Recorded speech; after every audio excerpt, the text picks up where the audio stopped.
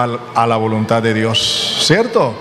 Así que yo no puedo llevar una vida cristiana que agrade a Dios a menos que sea el Espíritu Santo quien intervenga para hacerlo, por su palabra y a través de la oración en el Espíritu. No lo olviden.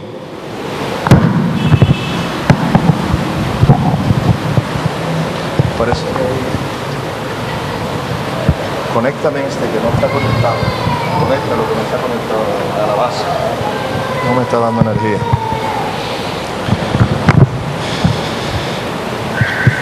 Yo pensé que mi equipo estaba conectado y no tengo energía y se apagó, pero no se preocupen, yo tengo la palabra y voy a seguir con ustedes, gracias a Dios. Hermanos, óiganme por favor esto que les voy a decir. El Señor Jesús es mi referencia. ¿Estamos de acuerdo? Es mi ejemplo.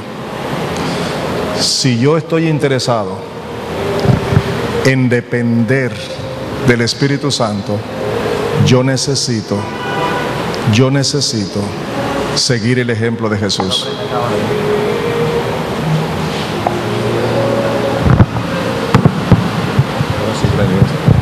Yo necesito seguir el ejemplo de Jesús. ¿Cuántos están de acuerdo con eso? ¿Sabe lo que pasa? Nos hemos conformado con lo que cualquier predicador, sea bueno o malo, sea honesto o no, pero con lo que cualquier persona nos enseña, y muchas veces comemos entero sin examinar las Escrituras.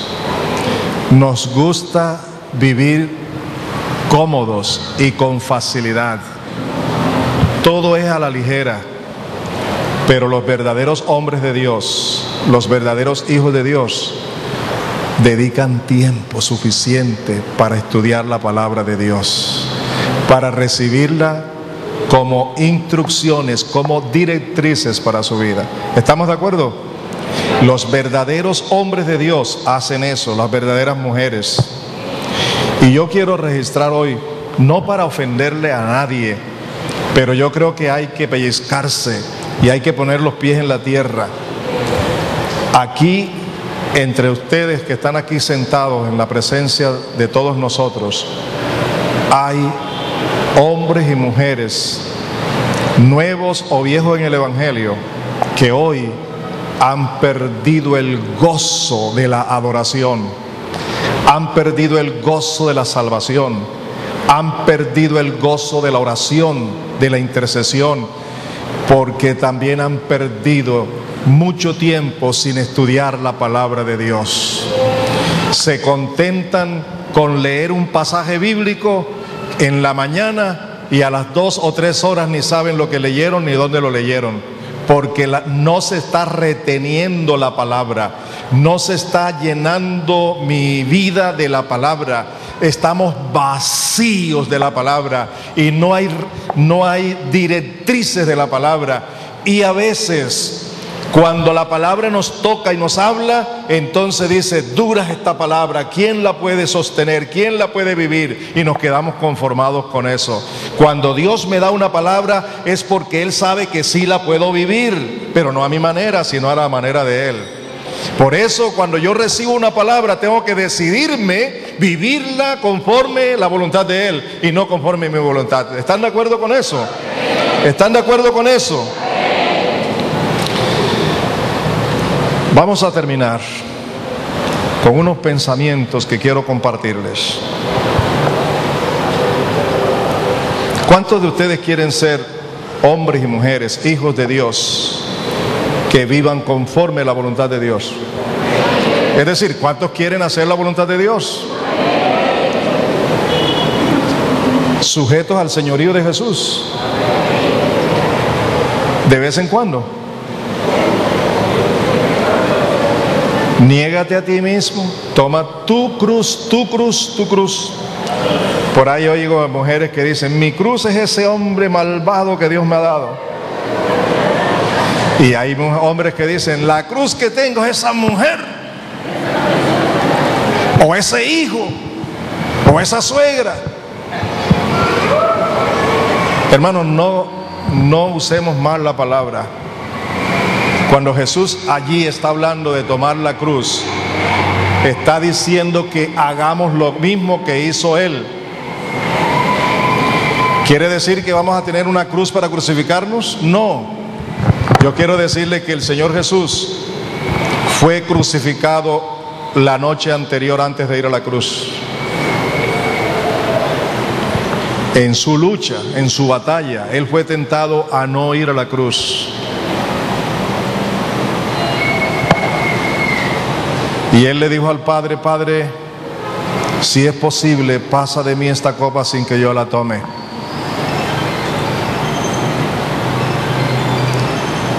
Pero luego Él tomó una decisión, pero no lo que yo quiero, sino lo que tú. Y decidió allí, y allí fue crucificado. Allí tomó la decisión definitiva. La última palabra la tuvo allí para ser crucificado el día siguiente. Es una decisión del corazón. Y escúcheme, ¿por qué no quería ir Jesús a la cruz? ¿Por la muerte? No. Él sabía que iba a resucitar. ¿Por los golpes? No. Él sabía que venía como Cordero de Dios, que lo iban a sacrificar. ¿Cuál era la razón entonces por qué no quería ir a la cruz? La razón por qué no quería ir a la cruz es porque tu pecado y el pecado de toda la humanidad estaría sobre Él en la cruz, y era tanta la situación de pecado que había sobre Él, sin pecado Él, sin haber pecado Él, pero recibiendo, tomando el pecado de todos nosotros, que jamás había experimentado la separación que causa el pecado. No el pecado de Él, sino el pecado de nosotros los separó en la cruz de la comunión perfecta que gozaba con su Padre. Y ese era el dolor más grande que Él habría de recibir en la cruz. Tuvo que vivir la maldición y el peso y toda la condenación del pecado, lo vivió hasta el punto de ser separado por unos momentos de la misma presencia de Dios. Por eso dijo, Dios mío, ¿por qué me has abandonado? ¿Cuánto le costó al Señor hacerlo? Y el Señor quiere también que nosotros entendamos que la vida de pecado que llevamos nos separa de la comunión de Dios, y que debemos tener la decisión de tomar todos los días la decisión de llevar la cruz. Mi cruz, tu cruz, es la cruz de la obediencia, de la humildad para obedecer. Eso es la cruz que tú y yo tenemos que tomar todos los días. La cruz de la humildad y la cruz de la obediencia, cueste lo que cueste. Recuerden cuando les dije que había dos significados en aquello de estar dispuesto a morir, ¿verdad? El Señor, aquel día que se humilló y se hizo esclavo, estuvo dispuesto a morir en cualquier momento con tal de hacer lo que a Dios le agradaba. Y así es como Dios nos está llamando a tomar la cruz cada día, de comprometernos a vivir solo para Dios, solo para Dios, solo para Dios. La Escritura dice en Romanos 6 que nosotros hemos muerto al pecado, pero hemos resucitado para Dios. Ya no pertenecemos al pecado, sino que pertenecemos a Dios, y no vivimos para nosotros. Por lo menos no debemos vivir para nosotros, debemos vivir para Dios. Y para poder vivir para Dios significa vivir para hacer lo que a Dios le agrada. Y para que yo pueda vivir como a Dios le agrada, yo no lo puedo hacer solo. Yo necesito la compañía, la ayuda, la dirección, la presencia del Espíritu Santo todos los días. Todos los días.